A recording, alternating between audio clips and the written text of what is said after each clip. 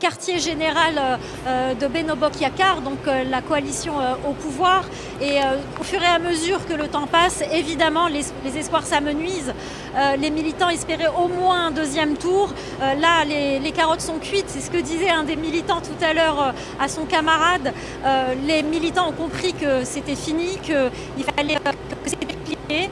Pour eux, en tout cas, c'est la colère qui a pris le dessus. On a vu tout à l'heure une militante monter sur l'estrade pour accuser notamment Macky Sall d'être responsable de la défaite de son poulain. Pour beaucoup, j'ai pu parler avec quelques militants, pour beaucoup d'entre eux, Macky Sall n'a pas assez mouillé le maillot pour son candidat. Il n'a pas fait campagne avec lui. Il ne s'est pas affiché aussi. On a vu par exemple, souvenez-vous, quand Karim Wade, quelques jours avant la fin de la campagne, a apporté son soutien à Bassirou Diomaye Faye, eh bien, il y a eu des affiches avec les deux hommes pour montrer ce soutien. On n'a pas vu d'affiches avec représentant Amadouba et Macky Sall.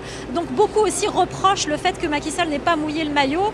Et puis d'un autre côté, on dit aussi, les militants ici m'ont expliqué que ce sont les erreurs de Macky Sall qui sont sanctionnées dans les urnes par les électeurs.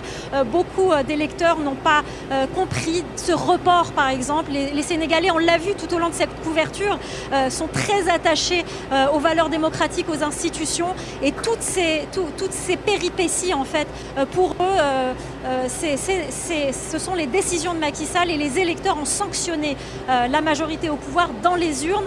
Donc ici, l'ambiance est plutôt à la colère. Après le peu d'espoir qu'il y avait au début, c'est la colère qui domine ici au quartier général de Benno Bokk Yakaar.